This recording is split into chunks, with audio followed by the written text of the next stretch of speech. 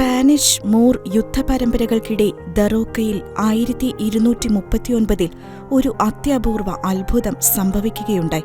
Castle of ഷിയോലുഷന്റെ കീഴടക്കാൻ അണിനിരന്ന സ്പാനിഷ് സൈന്യാധിപന്മാരായ Don Jimenez Perez, Don Fernando Sanchez, Don Pedro, Don Raimundo, Don Guillermo, Don Simon Caras എന്നിവരുടെ ആവശ്യപ്രകാരം യുദ്ധസ്ഥലത്ത് പുരോഹിതനായിരുന്ന ഡോൺ മാറ്റിയോ Martinez ദിവ്യബലി അർപ്പിക്കുകയായിരുന്നു.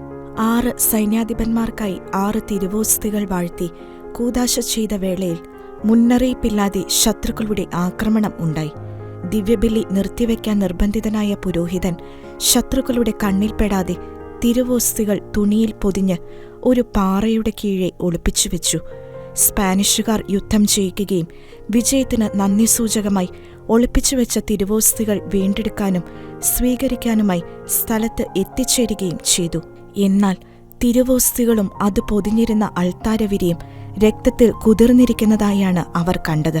അവിശ്വസനീയവും അതിശ്രേഷ്ഠവുമായ ഈ മഹാത്ഭുതത്തിന്റെ തെളിവായ രക്തം പുരണ്ട തിരുവസ്ത്രം ആര് കൊണ്ടുപോകണം എന്നതിൽ തർക്കമുണ്ടാവുകയും തുടർന്ന് ഭൂരിപക്ഷ അഭിപ്രായപ്രകാരം തിരുവസ്ത്രം കഴുതയുടെ പുറത്തുവെച്ച് കഴുതയെ സ്വതന്ത്രമായി വിടുകയും ചെയ്തു.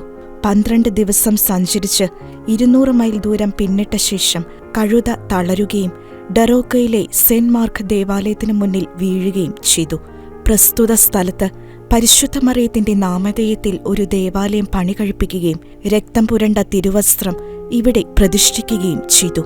ആ തിരുവസ്ത്രത്തിലെ രക്തശേഷിപ്പ് യാതൊരു വ്യത്യാസവും കൂടാതെ പ്രസ്തുത ദേവാലയത്തിൽ ജീവിക്കുന്ന ദിവ്യകാരുണ്യ അത്ഭുതമായി ഇന്നും വണക്കത്തിലുണ്ട്.